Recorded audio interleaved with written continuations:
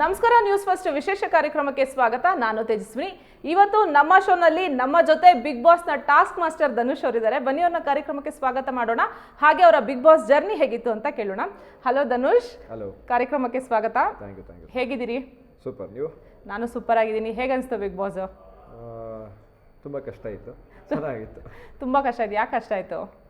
ಏನೂ ಇರಲಿಲ್ವಲ್ಲ ಹೊರಗಡೆ, ಊಟ ಇರಲಿಲ್ಲ, ಟಿ ವಿ ಇರಲಿಲ್ಲ, ಮೊಬೈಲ್ ಇರಲಿಲ್ಲ, ಎಂಟರ್ಟೈನ್ಮೆಂಟ್ ಇರಲಿಲ್ಲ, ಬರೀ ಚಟುವಟಿಕೆ, ನಾಮಿನೇಷನ್ನು, ಟಾಸ್ಕ್ ಒಂದೇ ಇಷ್ಟಪಟ್ಟು ಚೆನ್ನಾಗಿ ಮಾಡಿದ್ದು. ಅದು ಗೊತ್ತಾಗ್ತಿತ್ತು ಬಿಡಿ, ಅದಕ್ಕೆ ನಿಮಗೆ ಟಾಸ್ಕ್ ಮಾಸ್ಟರ್ ಅಂತ ಹೆಸರು ಬಂದಿದ್ದು ಅನ್ಸುತ್ತೆ. ಓಕೆ, ನೀವು 6th ಪ್ಲೇಸಿಗೆ ಬರ್ತೀರಿ ಅಂದರೆ ಎಕ್ಸ್ಪೆಕ್ಟ್ ಮಾಡಿದ್ರ ನೀವು 6th ಪ್ಲೇಸಿಗೆ ಬರ್ತೀನಿ ನಾನು ಹೇಳಿ? ಮತ್ತೆ ಏನು ಎಕ್ಸ್ಪೆಕ್ಟ್ ಮಾಡಿದ್ರಿ ನೀವು? ಯಾವ ಪ್ಲೇಸಿಗೆ ಬರ್ಬೋದು ನಾನು? ಇವಾಗ ಪ್ರತಿಯೊಬ್ಬರಿಗೂ ಅಲ್ಲಿರೋರಿಗೆ ಅವ್ರವ್ರ ಆಟ ಅವ್ರವ್ರಿಗೆ ಗೊತ್ತಿರುತ್ತೆ. ಸೊ ಪ್ರತಿಯೊಬ್ಬರು ನಾನೇ ಗೆಲ್ಲಬೇಕು ಅಂತ ನಾನು ಹಂಗೆ ಅಂದ್ಕೊಂಡಿದ್ದೆ, ನಾನೇ ಗೆಲ್ಲಬೇಕು ಅಂತ. ಸೊ ಆದರೂ 6th ಪ್ಲೇಸ್ ಬಂದಿದ್ದು ಸ್ವಲ್ಪ ಶಾಕಿಂಗ್ ನನಗೆ. ಓಕೆ, ನಿಮ್ಮ ಬಿಗ್ ಬಾಸ್ ಜರ್ನಿ ನೋಡುವಾಗ ಬಹುಶಃ ಎಲ್ರದ್ದು ತುಂಬ ಏರಿಳಿತ ಇತ್ತು ಅನ್ಸತ್ತೆ. ಬಟ್ ನಿಮ್ದು ಮಾತ್ರ ನೀವು ಡೇ 1 ಹೆಂಗಿದ್ರಿ, ಡೇ ಎಂಡ್ವರೆಗೂ ಅದನ್ನೇ ಮೇಂಟೈನ್ ಮಾಡ್ಕೊಂಡು ಬಂದಿದ್ರಿ, ಅದೇ ವೇವ್ ಲೆಂತ್ ಇತ್ತು ನಿಮ್ಮದು. ಸುದೀಪ್ ಸರ್ ಅದನ್ನು ತುಂಬ ಚೆನ್ನಾಗಿ ಹೇಳ್ತಾರೆ, ನೀವು ಆಟದಲ್ಲಿ ಗೆಲ್ದಲೇ ಇರ್ಬೋದು, ವ್ಯಕ್ತಿತ್ವದಲ್ಲಿ ಗೆದ್ದಿದ್ದೀರಿ ಅಂತೇಳಿ. ನಿಮ್ಮ ತಾಯಿ ಕೂಡ ಹೇಳ್ತಾರೆ ತುಂಬ ಒಳ್ಳೆ ಮಗನ ಎತ್ತಿದ್ದೀರಿ ನೀವು ಅಂತ. ಒಬ್ಬ ಮಗನಾಗಿ ಅದಕ್ಕಿಂತ ದೊಡ್ಡದೊಂದು ಅಪ್ರಿಸಿಯೇಷನ್ ಮತ್ತೊಂದಿಲ್ಲ ಅನ್ಸುತ್ತೆ. ಆ ಕ್ಷಣ ಹೇಗಿತ್ತು ನಿಮಗೆ? ಅದಕ್ಕೆ ನಿಜವಾಗ್ಲೂ ಪದಗಳೇ ಇಲ್ಲ. ಕಪ್ಪು ಗೆದ್ದಾಗಲೂ ಅಷ್ಟು ಖುಷಿ ಆಗುತ್ತಾ ಇಲ್ಲ ಗೊತ್ತಿಲ್ಲ, ಅಂಥ ಮಾತುಗಳು ಕೇಳಿದಾಗ, ಅದು ಅಂಥ ಮಾತು ನಮ್ಮಮ್ಮಗೆ ಅವ್ರು ಹೇಳಿದಾಗ ನಮ್ಮಮ್ಮಗೆ ಅದಕ್ಕಿಂತ ಏನು ಬೇರೆ ಏನು ಕೊಡಬೇಕು ಅಂತ ನನಗೆ ಅನಿಸಲ್ಲ. ಲೈಕ್ ನಾನು ಹೆಂಗಿದ್ದೀನೋ ಹಂಗಿದ್ದೀನಿ, ಅದನ್ನ ಎಷ್ಟು ಜನ ಇಷ್ಟಪಟ್ಟಿದ್ದಾರೋ ಅದಕ್ಕೆ ಖುಷಿ.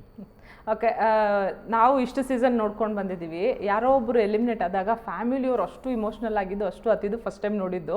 ಅದು ಹೆಂಗಂದರೆ ತುಂಬ ಕಡೆ ವೈರಲ್ ಆಗಿಬಿಟ್ಟಿದೆ ವಿಡಿಯೋ ಎಲ್ಲ. ಅಂದರೆ ನೋಡಿದವರಿಗೂ ತುಂಬ ಬೇಜಾರಾಯ್ತು. ಅದು ಹೇಗೆ ಸಮಾಧಾನ ಮಾಡಿದ್ರಿ ನಿಮ್ಮ ವೈಫ್ನ ಮತ್ತು ತಾಯಿನ?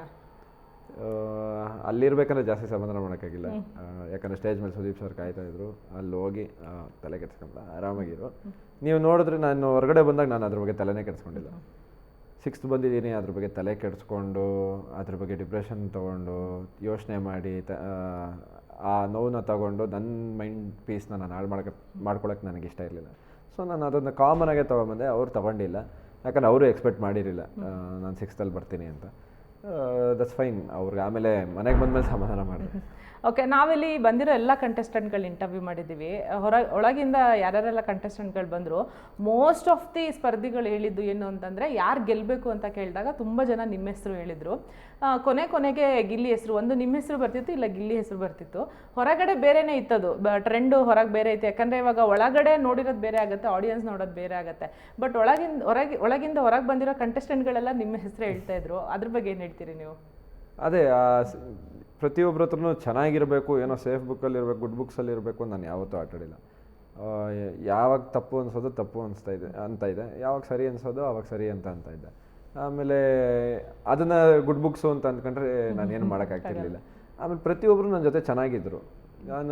ನಾನು ಹೆಂಗೆ ಅಂದರೆ, ನೀವು ಚೆನ್ನಾಗಿರೋ ನಾನು ಚೆನ್ನಾಗಿರ್ತೀನಿ, ನೀವು ಚೆನ್ನಾಗಿಲ್ವ ನಾನು ಚೆನ್ನಾಗಿರಲ್ಲ, ಅಷ್ಟೇ. ನಾನು ಯಾವಾಗಲೂ ಹಂಗೆ. ನನ್ನ ವಿಷಯ ಅಂತ ಬಂದಾಗ ಬೇರೆಯವ್ರ ವಿಷಯ ನನಗೆ ಗೊತ್ತಿಲ್ಲ. ಒಬ್ಬೊಬ್ರಿಗೂ ಬೇರೆ ಬೇರೆಯವ್ರ ಕಂಡ್ರೆ ಆಗ್ತಿರ್ಲಿಲ್ಲ, ಬೇರೆ ಬೇರೆಯವ್ರು ಮಾತಾಡ್ದಾಗ ಜಗಳ ಆಡ್ತಿದ್ರು, ನಾಮಿನೇಷನ್ ಮಾಡಿದಾಗ ಜಗಳ ಆಡ್ತಿದ್ರು, ಬೇರೆ ಏನೋ ಒಂದು ಚಟುವಟಿಕೆ ಬಂದಾಗ ಜಗಳ ಆಡ್ತಿದ್ರು. ನನ್ನ ವಿಷಯ ಅಂತ ಬಂದಾಗ ಯಾರೂ ನನ್ನ ಹತ್ರ ಜಗಳನೂ ಮಾಡ್ತಾಯಿರಲಿಲ್ಲ, ಪ್ರತಿವಾದನೂ ಮಾಡ್ತಾಯಿರಲಿಲ್ಲ ವಾಪಸ್ಸು. ನಾನು ಇಲ್ಲ ಇದು ತಪ್ಪು ಅಂದರೆ ಹೌದಾ ಓಕೆ ಅಂತ ಅವರೇ ಸುಮ್ಮನೆ ಆಗ್ಬಿಡೋರು. ನಾನು ಯಾಕೆ ಗುರು ಮಾತಾಡ್ರು ನನ್ನ ಹತ್ರ, ನಾನು ಸ್ವಲ್ಪ ಮಾತಾಡ್ತೀನಿ ಅಂತ. ಏನು ಮಾಡೋಕ್ಕಾಗಲ್ಲ. ಖುಷಿ ಅಂದರೆ ಅಷ್ಟು ಜನದ ಪ್ರೀತಿನೂ ಒಟ್ಟಿಗೆ ಗಳಿಸ್ಕೋಬೇಕು ಅಂದರೆ ಕಷ್ಟನೇ. ಯಾಕಂದರೆ 100 ಜನದಲ್ಲಿ 50 ಜನ ಇಷ್ಟಪಡ್ತಾರೆ, 50 ಜನ ಇಷ್ಟಪಡಲ್ಲ ಆಗ್ಬಿಡ್ತಾರೆ ಏನೇ ಮಾಡಿದ್ರು. ಅದರಲ್ಲೂ ಆಲ್ಮೋಸ್ಟ್ ಇವಾಗ ಅಲ್ಲಿರೋ 24 ಜನದಲ್ಲಿ ಒಂದು 20 ಜನ ಆದರೂ ನಾನು ಇಷ್ಟಪಡ್ತಾರೆ, ನನಗೆ ಖುಷಿ. ಇನ್ನು ಗಿಲ್ಲಿಯವರು ಒಂದು ಇಂಟರ್ವ್ಯೂನಲ್ಲಿ ಮಾತಾಡ್ತಾ ಹೇಳ್ತಾ ಇದ್ರು, ಧನು ಅಣ್ಣ 6th ಪ್ಲೇಸಿಗೆ ಬಂದಾಗ ನನಗೆ ಶಾಕ್ ಆಗಿಬಿಡ್ತು, ನನಗೊಂಥರ ಭಯ ಆಗ್ಬಿಡ್ತು ಅವಾಗ ಅಂತ. ಅಂದರೆ ಈವನ್ ಗಿಲ್ಲಿ ಕೂಡ ಎಕ್ಸ್ಪೆಕ್ಟ್ ಮಾಡಿರಲಿಲ್ಲ ನೀವು 6th ಪ್ಲೇಸಿಗೆ ಬರ್ತೀರಿ ಅಂಥೇಳಿ. ಬಟ್ ಆ 6th ಪ್ಲೇಸ್ ಅಂತ ಅನೌನ್ಸ್ ಮಾಡಿದಾಗ ಮನೆ ಒಳಗಡೆಯವ್ರು ಯಾರೂ ನಿಮ್ಮ ಹೆಸರು ತೊಗೊಂಡಿರೋದಿಲ್ಲ. ಹೊರಗಡೆ ರಿಷವ್ರು ಒಬ್ಬರೇ ತೊಗೊಂಡಿರ್ತಾರೆ. ಅಲ್ಲಿ ಕೂತಿರೋ ಕಂಟೆಸ್ಟೆಂಟ್ಗಳಲ್ಲೆಲ್ಲ ಯಾರು ಬರ್ತಾರೆ ಅಂದಾಗ ರಿಷವ್ರು ಒಬ್ಬರೇ ತೊಗೊಂಡಿರ್ತಾರೆ. ನಿಮಗೆ ಯಾವ ಕಾರಣಕ್ಕೆ 6th ಪ್ಲೇಸಿಗೆ ಬಂದೆ ಅಂತ ಅನಿಸುತ್ತೆ? ಸುದೀಪ್ ಸರ್ ಹೇಳ್ತಾರಲ್ಲ, ಒಂದು ಈ ಶೋ ಅಲ್ಲಿ ಒಂದು ಸ್ಕ್ರೀನ್ ಟೈಮ್ ಇಂಪಾರ್ಟೆಂಟ್ ಆಗುತ್ತೆ. ಆ ಸ್ಕ್ರೀನ್ ಟೈಮ್ ನನಗೆ ಸಿಗಲಿಲ್ಲ ಅಂತ ಅಂದ್ಕೊತೀನಿ. ಯಾಕಂದರೆ ಅದೇ ನಾನು ಹೇಳ್ದಾಗೆ, ಒಬ್ರ ಹತ್ರ ನಾನು ಮಾತಾಡಿದಾಗ ಆ ಕಡೆಯಿಂದ ಪ್ರತಿವಾದ ಬಂದರೆ ನಾನು ಕಾಣಿಸ್ಕೊತೀನಿ, ಒಂದು ಆ್ಯಕ್ಷನ್ಗೆ ರಿಯಾಕ್ಷನ್ ಇದ್ದರೆ ನಾವು ಕಾಣಿಸ್ಕೊತೀವಿ. ಆ್ಯಕ್ಷನ್ಗೆ ರಿಯಾಕ್ಷನೇ ಇರಲಿಲ್ಲ ಇಡೀ ಸೀಸನಲ್ಲಿ. ನನಗೆ ಆ್ಯಕ್ಷನ್ಗೆ ರಿಯಾಕ್ಷನ್ ಇಲ್ಲ. ನನ್ನ ಮಾತು ಅಂದರೆ ನನ್ನ ಹೆಸರು ಯಾರೂ ತೊಗೊತಾರಿಲ್ಲ, ನಾಮಿನೇಷನ್ಗೂ ಯಾರೂ ತೊಗೊಂಡಿಲ್ಲ, ಒಂದು ಮೆಣಸಿನ್ಕಾಯಿ ತೆಗೆಸೋ ಚಟುವಟಿಕೆಯಲ್ಲಿ ಯಾರೂ ತೊಗೊಂಡಿಲ್ಲ, ಮಸಿ ಬಳಿಯೋ ಚಟುವಟಿಕೆಯಲ್ಲಿ ಯಾರೂ ತೊಗೊಂಡಿಲ್ಲ. ಪ್ರತಿಯೊಂದು ವಿಷಯದಲ್ಲಿ ಯಾರು ನನ್ನ ಹೆಸರು ಅತಿಯಾದ ಪ್ರೀತಿನೇ ಮುಳುವಾಗ್ಬಿಡ್ತಾ ನಾನು ಮಾತಾಡೋದು, ನಾನು ಒಂದಿಬ್ಬರನ್ನ ಮಾಡ್ತೀನಲ್ಲ, ಇಬ್ಬರು ಹೆಸರು ತೊಗೊಂಡ್ರೆ ಅವರು ವಾಪಸ್ ಮಾತಾಡ್ತಿರ್ಲಿಲ್ಲ. ಹೌದಣ್ಣ ಓಕೆ, ಹೌದಾ ಓಕೆ, ನಿಂಗೆ ಹಂಗೆ ಅನಿಸ್ತಾ ಓಕೆ, ನೀನು ನಾನೇನು ಮಾತಾಡಿದ್ರೆ ಏನು ಒಂದು ಒಳ್ಳೆ ಕರೆಕ್ಟಾಗಿ ಮಾತಾಡ್ತೀನಿ ಅಂದರೆ ನಾನು ನಿಜವಾಗ್ಲೂ ಹಂಗೆ ಇದ್ದಿದ್ದು. ನಾನು ಮಾತಾಡಿದ್ರೆ ಕರೆಕ್ಟಾಗಿ ಮಾತಾಡ್ತೀನಿ ಅಂತ, ಇಲ್ಲ ಅಂದ್ರೆ ಮಾತಾಡೋದೇ ಇಲ್ಲ. ಅದರಿಂದ ನಾನು ಕಾಣಿಸ್ಕೊಂಡಿಲ್ಲ ಏನೋ, ಅದರಿಂದ ಗೊತ್ತಾಗಲಿಲ್ಲ ಏನೋ, ಅದರಿಂದ 6th ಪ್ಲೇಸಿಗೆ ಬಂದಿದ್ದೀನಿ ನಾವು ಗೊತ್ತಿಲ್ಲ. ಓಕೆ, ತುಂಬ ಕಂಟೆಸ್ಟೆಂಟ್ಗಳು ಹೇಳ್ತಾ ಇದ್ರು ಗಿಲ್ಲಿ ಮಾಡೋ ಕಾಮಿಡಿ ತುಂಬ ಹರ್ಟ್ ಆಗುತ್ತೆ, ತುಂಬ ಕೆಳಗಡೆ ಹಾಕಿ ಮಾತಾಡ್ತಾರೆ ಅವರು.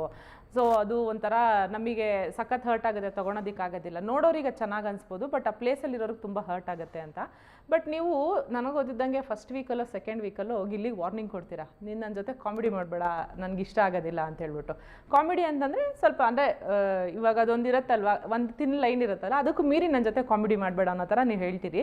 ಅವತ್ತಿಂದ ಗಿಲ್ಲಿ ಎಲ್ಲೂ ನಿಮ್ಮ ಜೊತೆಗೆ ಆ ರೀತಿ ನಡ್ಕೊಳೋದೇ ಇಲ್ಲ. ಅಂದರೆ ಗಿಲ್ಲಿನ ಬೇರೆಯವ್ರು ಅರ್ಥ ಮಾಡ್ಕೊಳೋದ್ರಲ್ಲಿ ತಪ್ಪಾಯ್ತಾ ಹೇಗೆ ಅಂತ. ಯಾಕಂದರೆ ನೀವು ಹೇಳಿದ ತಕ್ಷಣ ಅವ್ರು ಸ್ಟಾಪ್ ಮಾಡಿಬಿಟ್ರು ನಿಮ್ಮ ಜೊತೆಗೆ, ಬಟ್ ಬೇರೆಯವ್ರು ಯಾರೂ ಗಿಲ್ಲಿಗೆ ಅದನ್ನು ಹೇಳೋದಕ್ಕೆ ಟ್ರೈ ಮಾಡಲಿಲ್ವಾ ಹೇಗೆ ಅಂತ? ನಾನು ಅದನ್ನೇ ಹೇಳ್ತಾ ಇದ್ದೆ.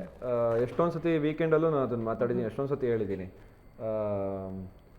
ಗಿಲ್ಲಿ ನನ್ನ ವಿಚಾರಕ್ಕೆ ಯಾವಾಗ ಬರಲಿಲ್ಲ ಅಂದರೆ ನಾನು ಫಸ್ಟ್ ಹೇಳಿದೆ ಅವನಿಗೆ, ಅವರು ನೀನು ನನ್ನ ತಂಟೆಗೆ, ವಾರ್ನಿಂಗ್ ಅಂತಲ್ಲ, ನಾನು ಫಸ್ಟ್ ಹೇಳಿದೆ, ನೀನು ನನ್ನ ತಂಟೆಗೆ ಬರಬಾರ್ದು, ನಾನು ನಿನ್ನ ತಂಟೆಗೆ ಬರೋದು, ನಂಗೆ ಇದು ಇಷ್ಟ ಆಗ್ತದೆ ಅಷ್ಟೇ. ಅದಾದಮೇಲೆ ಇನ್ನೊಂದು ಸತಿ ಅವ್ನು ಹೇಳೋ ಥರ ನಾನು ಅವ್ನು ಮಾಡ್ಕೊಂಡೇ ಇಲ್ಲ, ಅವ್ನು ನನಗೇನು ಮಾತಾಡಿಸೋ ಇಲ್ಲ, ನನ್ನ ವಿಚಾರಕ್ಕೆ ಬರಲಿಲ್ಲ. ನಾನು ಬೇರೆಯವ್ರು ಸುದೀಪ್ ಸರ್ಗೂ ಹೇಳ್ತಾ ಇದ್ದೆ, ಸರ್ ನಾನು ಇವಾಗ ಗಿಲ್ಲಿಗೆ ಈ ಥರ ಮಾಡಬೇಡ, ನನ್ನ ವಿಷಯಕ್ಕೆ ಬರಬೇಡ, ನಂಗೆ ಇಷ್ಟ ಆಗ್ತಿಲ್ಲ ಅಂತ ಹೇಳಿದೆ. ಅವ್ನು ಬರ್ತಾ ಇಲ್ಲ, ಬೇರೆಯವರು ಅದನ್ನ ಅಲ್ಲೇ ಸ್ಟಾಪ್ ಮಾಡಿದ್ರೆ ಅಲ್ಲೇ ಅವ್ನು ಸುಮ್ಮನೆ ಆಗ್ತಾನೆ ಅಂತಲೇ ನಾನು ಯಾವುದೋ ಒಂದು ವೀಕೆಂಡಲ್ಲಿ ಹೇಳಿದ್ದೀನಿ. ಈ ಥರ ಅವ್ನು ಹೇಳಿದ್ರೆ ಅವ್ನು ಸುಮ್ಮನೆ ಆಗ್ತಾನೆ, ಇವ್ರು ಹೇಳಿದೆ ಅದನ್ನು ಎತ್ಕೊಂಡೋಗಿ ಯಾವುದೋ ಒಂದು 10 ಸತಿ ಸುಮ್ಮನೆ ಇದ್ಬಿಟ್ಟು 11ನೇ ಸತಿ ರೈಸ್ ಆಗ್ಬಿಟ್ರೆ ಯಾರು ತಾನೇ ಸುಮ್ಮನೆ ಇರ್ತಾರೆ. ಅದೇ ಓಕೆ. ಇನ್ನು ಸೀಸನ್ನಲ್ಲಿ ಎಲ್ಲ ಸೀಸನಲ್ಲೂ ಅಷ್ಟೇ ಟಾಸ್ಕ್ ಮಾಸ್ಟರ್ ಅಂತ ಸಿಗೋದು ಯಾವಾಗಲೂ ಒಬ್ರಿಗೇನೆ. ಅದು ಒಂದು ಹುಡುಗಿ ಒಂದು ಹುಡುಗ ಅಂತ ಕನ್ಸಿಡರ್ ಮಾಡ್ತಾರೆ. ಈ ಟೈಮು ರಾಶಿಕನಿಗೆ ಹುಡುಗಿಗೆ ಅಂತ ಬಂದಾಗ ಹೇಳ್ತಾ ಇದ್ರು. ಬಟ್ ನೀವು ಆಡಿರೋ ನನಗೆ ಗೊತ್ತಂಗೆ 99% ಎಲ್ಲ ಗೇಮಲ್ಲೂ ಗೆದ್ದಿದ್ದೀರಿ, ಅಷ್ಟು ಚೆನ್ನಾಗಿ ಆಡಿದ್ರಿ ಎಲ್ಲ ಗೇಮ್ನು. ಹೇಗೆ ನೀವು ಅಂದರೆ ಶೋಗಂತ ಏನಾದರೂ ಪ್ರಿಪೇರ್ ಆಗಿದ್ರ ಮುಂಚೆನೆ, ಅಂದರೆ ಈ ಗೇಮ್ಸ್ ಅಂತ ಎಲ್ಲ ಬಂದಾಗ, ಅಥವಾ ನೀವು ಮುಂಚೆಯಿಂದಾನೆ ಅದೊಂದು ಫಿಟ್ನೆಸ್ದು ನಿಮ್ಮದಂತ ಎಲ್ರಿಗೂ ಗೊತ್ತು, ನಿಮ್ಮ ವಿಡಿಯೋಸ್ ಎಲ್ಲ ನೋಡ್ತಿರೋ ಗೊತ್ತಿರುತ್ತೆ ಇನ್ಸ್ಟಾಗ್ರಾಮಲ್ಲಿ. ಸೊ ಅದು ನಿಮಗೆ ಇಲ್ಲಿ ತುಂಬ ಯೂಸ್ ಆಯ್ತಾ ಹೇಗೆ ಅಂತ? ಅಂದರೆ ನಾನು ಚಿಕ್ಕ ವಯಸ್ಸಿಂದ ನಾನು ಸ್ವಲ್ಪ ಇಂಥ ವಿಚಾರದಲ್ಲಿ ಸ್ಪೋರ್ಟ್ಸಲ್ಲಿ ಸ್ವಲ್ಪ ಆ್ಯಕ್ಟಿವ್ ಇದ್ದೀನಿ. ಅದು ಅಲ್ಲಿ ಗೇಮ್ ಕೊಟ್ಟಿದ್ದು, ನಂಗೆ ಗೇಮ್ ಆಡೋಕ್ಕೆ ತುಂಬ ಇಷ್ಟ ಆ್ಯಕ್ಚುಲಿ. ಗೇಮ್ಸಲ್ಲಿ ಆ ಥರ ಟಾಸ್ಕು ಅಂತಲೇ. ಆಮೇಲೆ ನಾನು ಏನು ಪ್ರಿಪೇರ್ ಆಗಿರಲಿಲ್ಲ, ನಾನು ಯಾವತ್ತೂ ಬಿಗ್ ಬಾಸ್ ನೋಡಿಲ್ಲ. ನಾನು ಅಲ್ಲಿ ಒಳಗಡೆ ಹೋದ್ಮೇಲೆ ನನಗೆ ಗೊತ್ತಾಗಿದ್ದು ಹಿಂಗೆ ಅಂತ. ನಾನು ಹೆಂಗಿದ್ದೀನೋ ಹಂಗೆ ಇರಬೇಕು ಅಂದ್ಕೊಂಡೆ ಹೋಗಿದ್ದು. ಯಾವಾಗ ಆಚೆ 2ನೇ ವಾರಕ್ಕೆ ಆಚೆ ಬಂದ್ಬಿಡ್ತೀನಿ, ಪರವಾಗಿಲ್ಲ, ಹೆಂಗಿದ್ದೀನೋ ಹಂಗಿರಬೇಕು, ಅದು ಪಾಡಿಗೆ ಅದು ನಡೀಲಿ ಅಂತಲೇ ಬಂದಿದ್ದು. ಅದಕ್ಕೇನೋ ಟಾಸ್ಕಿಗೆ ಏನೋ ಪ್ರಿಪೇರ್ ಆಗಬೇಕು ಅದು ಇದು ಅಂತಲ್ಲ. ಆಮೇಲೆ ನಾನು ಆಡಬೇಕಂದ್ರೆ ನಾನು ಗೆಲ್ಲಬೇಕು ಅಂತ ಆಟ ಆಡ್ತಿದ್ದೆ, ಇನ್ನೊಬ್ಬರನ್ನ ಸೋಲಿಸ್ಬೇಕು ಅಂತ ಯಾವತ್ತೂ ಆಟ ಆಡ್ತಿಲ್ಲ. ಸೊ ಆ ಗೆಲುವು ಸಿಗ್ತಾ ಇತ್ತೆ. ಯಾಕಂದರೆ ರಘು ಸರ್ ಇವಾಗ ಆಪೋನೆಂಟ್ ಇದ್ರು ಅಂದರೆ ಯಾರಿಗಾದರೂ ಒಂದು ಸ್ವಲ್ಪ ಈ ಏನಾದ್ರು ಲಾಕ್ ಮಾಡೋ ಥರದ್ದು ಗೇಮು ಈ ಥರದ್ದೆಲ್ಲ ಇದ್ದಾಗ ಒಂಚೂರು ಅವ್ರು ಎಷ್ಟೇ ಸ್ಟ್ರಾಂಗ್ ಇದ್ರು ಒಂದು ಸ್ವಲ್ಪ ಲೈಟಾಗಿ ಭಯ ಅಂತೂ ಆಗುತ್ತೆ. ಅಂದರೆ ಅವ್ರ ಕೈಲಿ ಸಿಕ್ಕಾಕೊಂಡ್ರೆ ಇನ್ನು ಬಿಡಿಸ್ಕೊಳೋದೆಲ್ಲ ಕಷ್ಟ, ಈ ಥರದ್ದೆಲ್ಲ ಇರುತ್ತೆ. ಯಾಕಂದರೆ ಅವ್ರ ದೇಹ ಆ ಥರ ಇದೆ, ಆ್ಯಂಡ್ ಅವರು ಪವರ್ ಲಿಫ್ಟರ್ ಆಗಿರೋದ್ರಿಂದ ಸ್ಟ್ರೆಂತು ಹಂಗಿರುತ್ತೆ. ನೀವು ಕೊನೆಗೆ ರಘು ಸರೇ ನಿಮಗೆ ಅಪ್ರಿಷಿಯೇಟ್ ಮಾಡ್ತಾರೆ. ಅಂದರೆ ಧನುಷ್ದು ಎಂಡ್ಯೂರೆನ್ಸ್ ತುಂಬ ಚೆನ್ನಾಗಿದೆ, ಹಾಗಾಗಿ ಅವ್ರು ಅಷ್ಟು ಚೆನ್ನಾಗಿ ಆಡಿದ್ರು. ಅಂದರೆ ನನ್ನ ಏಜಿಗೂ ಅವ್ರ ಏಜಿಗೂ ತುಂಬ ಡಿಫ್ರೆನ್ಸ್ ಇದೆ ಅಂತೇಳಿ ಅವ್ರನ್ನ ಎದುರಿಸಿದ್ದು ಯಾವ ರೀತಿ ಇತ್ತು ಅಂತ ಈ ಫಿಸಿಕಲ್ ಟಾಸ್ಕಲ್ಲೆಲ್ಲ? ನಾನು ಅಂದರೆ ಅಲ್ಲಿ ಗೇಮ್ ಆಡಬೇಕಂದ್ರೆ ಎಷ್ಟೊಂದು ಜನ ಹೇಳಿದ್ರು ಅವರು ರೈಟ್ ಲೆಗ್ ಸ್ವಲ್ಪ ಪ್ರಾಬ್ಲಮ್, ಆ ರೈಟ್ ಲೆಗ್ನ ಹಿಡ್ಕೊಂಡ್ಬಿಟ್ಟಿದ್ರೆ ಅವ್ರು ಕದಲಕ್ಕೆ ಆಗ್ತಾ ಇರಲಿಲ್ಲ ಅಂತ. ನನಗೆ ಅವ್ರಿಗೇನೋ ಪ್ರಾಬ್ಲಮ್ ಇದೆ ಅಂತ ಗೊತ್ತಿದ್ದು ಅದನ್ನ ಮುಟ್ಟೋದು ನನಗೆ ತಪ್ಪು ಅಂತ ಅನಿಸ್ತು. ಅವ್ರಿಗೆ ಹೇಳಿದ್ದೆ ನಾನು, ತಲೆನೇ ಕೆಡಿಸ್ಕೊಂಬಿಟ್ಟು ನಿಮ್ಮ ಬಲಗಲ್ ನಾನು ಮುಟ್ಟೋದೇ ಇಲ್ಲ ಅಂತ.